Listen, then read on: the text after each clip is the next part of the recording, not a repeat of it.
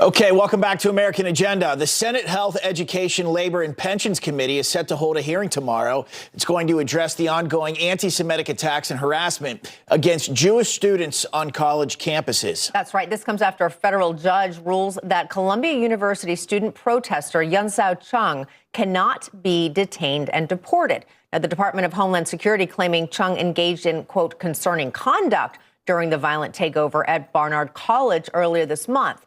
The ruling does come as the DOJ accuses pro-Palestinian activist Mahmoud Khalil of not disclosing that he was a member of the United Nations agencies that helped Palestinian refugees and his work for a British embassy in Lebanon. Joining us now for discussion is Louisiana Senator and Chairman of the Senate Help Committee, Senator Bill Cassidy. Senator, thanks for coming on. Hey, thanks for having me. Absolutely. Let's talk about this. You are leading the Protecting Students on Campus Act. Tell us more about it in the hearing that's going to happen tomorrow there on Capitol Hill.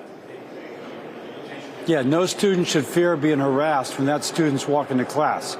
And it shouldn't be a fear based upon the fact that you are of a particular religion or a particular kind of, if you're Jewish, to be most particular about it.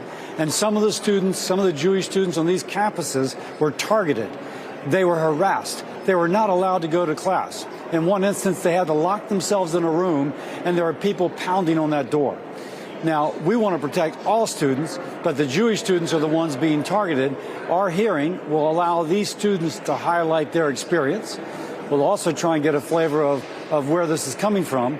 And I think we're going to find that some universities failed Jewish students. Our legislation aims to correct that and to make sure that, frankly, kids can go to school without being harassed.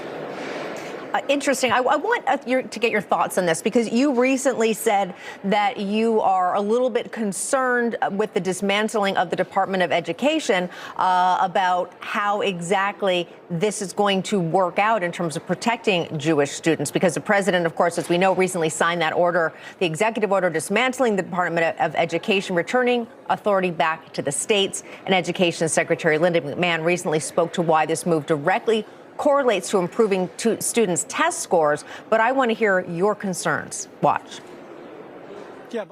Most of the funding, most of all of the curriculum, and everything that goes into educating our students happens on a local level. So I'm not quite sure how eliminating the Department of Education is going to make those test scores go up.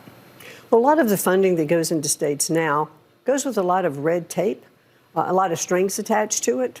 And so governors and state superintendents of education have said, look, if we have the funding coming in, which allows us to be more creative, how can we spend that? The president believes, as I do, that the best education is that's closest to the students.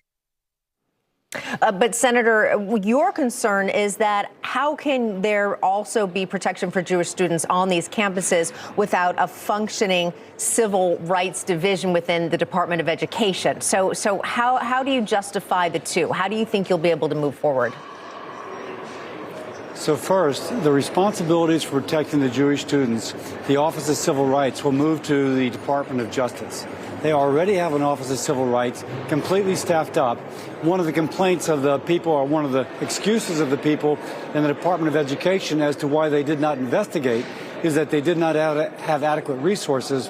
Moving this function to the Department of Justice arguably will increase their resources, first. Second, my concern about the ending of the Department of Education was not on that issue, but rather that it was created by an act of Congress.